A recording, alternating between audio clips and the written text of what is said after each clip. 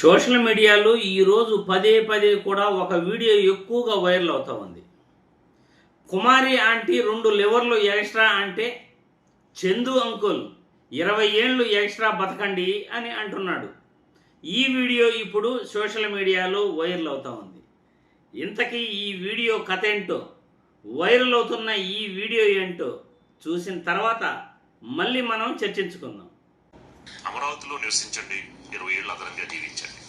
చావునే side track లో పెట్టి 500 సంవత్సరాలు బతికిన అలాంటి వాడి కాదు. 500 ఏళ్ళ. Anybody wanted to live more time? Best place is Amaravati.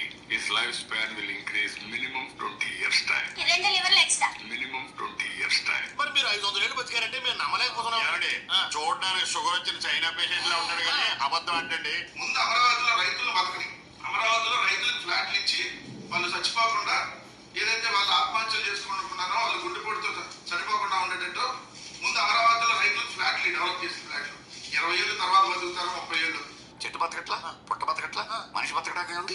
ఆయన బతకడమే కాదు, నన్ను బతికించాడు. Is around 23 years back. I gave driving license to Bill Clinton. America అధ్యక్షుడు 100 డ్రైవింగ్ లైసెన్స్ ఇవ్వడం ఏంది? అమెరికా అధ్యక్షుడు ఏమన్నా కూడా హైదరాబాద్ లో వచ్చి ఆటోలను, లేదంటే ఏమన్నా ఆ బైకులు, లేదంటే ఏమన్నా కార్లు తోలుతాడు ఇక్కడ. అమెరికా అధ్యక్షుడికి ఆంధ్రప్రదేశ్ లో డ్రైవింగ్ లైసెన్స్ కి సంబంధం ఏంది? నీకు చూస్తే ఏమర్థం ఏంటంటే నకిలీ స్టాంపులు కుంభకోణం అని అప్పుడు ఉంది. అట్లా నువ్వు కూడా నకిలీ డ్రైవింగ్ లైసెన్స్ ఇట్లా ఇచ్చేటట్టు ఏమన్నా బ్రోకర్ పని ఏమన్నా శ్రీకారం చుట్టావో అని అనుకుంటారు వాళ్ళు చూసి. What are you talking? Then he told Tony Blair came here. Then I asked him, I never invited you. How he came here? Britain ప్రధాని టోనీ బ్లేర్ వచ్చాడంట. ఎందుకు వచ్చారని అడిగాడంట.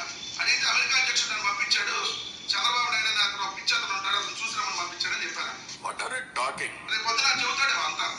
ఏలియన్స్ ఇక్కడ అమరావతిలో ఓ సిటీని కడతారంటున్నారు, ఏలియన్స్ ఓ సిటీ కావాలి, ఆ గ్రహాంతర వాసులు అందరూ చంద్రబాబు నాయుడు గారిని చూడటానికి వస్తారంటున్నారు, అందుకని 3వ విడత భూసేకరణ చేస్తున్నా చెప్పి పొద్దున చెప్పినా చెబుతాను. What are you talking? కాదా? కాదా? మరే ఏమంటాడు? ఏమంటాడు? రేపు పొద్దున ఇప్పుడు ట్రంప్ కూడా నువ్వు పొద్దున్నే వస్తానంటాడు, యుద్ధం ఆపేసి రావాలా, ఆ ఇరాన్ని పూర్తిగా నాశనం చేసేసి నువ్వు ఇక్కడ ఆంధ్రప్రదేశ్ నాశనం చేస్తున్నట్టుగా అక్కడ నాశనం చేసేసి రావాలా ఏందనేది ఇప్పుడు ఆలోచిస్తున్నాడు. అమరావతిలో ఏదైతే బురదలో రోజు నీళ్ళు ఎత్తిపోతా, బిల్డింగ్లు కట్టడం, నీళ్ళు ఎత్తిపోవడం, దీన్ని చూస్తానికి ట్రంప్ వస్తా అన్నాడు అని కూడా చెబుతాం. కొంప తీసి మీరు చెప్తారండి. చూసారుగా సోషల్ మీడియాలో ఎలా ఈ వీడియో ఈ రోజు మొత్తం కూడా వైరల్ అవుతూ ఉంది.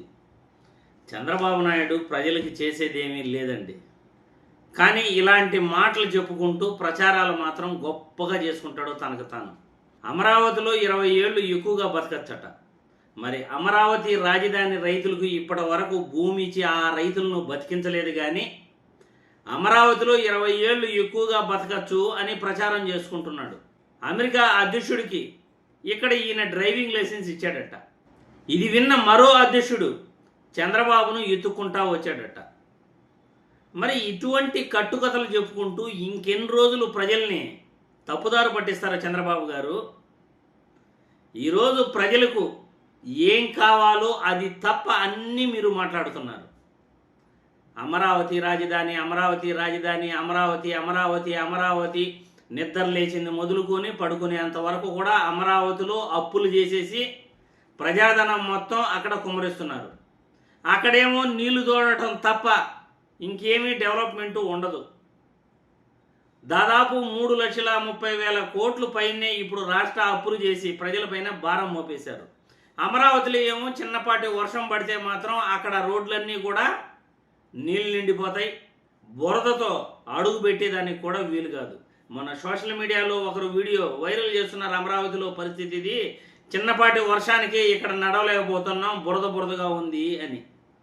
మరి చంద్రబాబు గారు అమరావతిలో 20 ఏళ్ళు ఎక్కువగా బతకచ్చు అని అంటున్నాడు కదా. మరి అమరావతిలో పేదవాడు భూమి కొనుక్కోవడానికి అందుబాటులో మీరు భూమిని ఏమన్నా ఎత్తిపెట్టి పక్కన ఉంచారా అని నేను ఈ వీడియో ద్వారా అడుగుతున్నాను.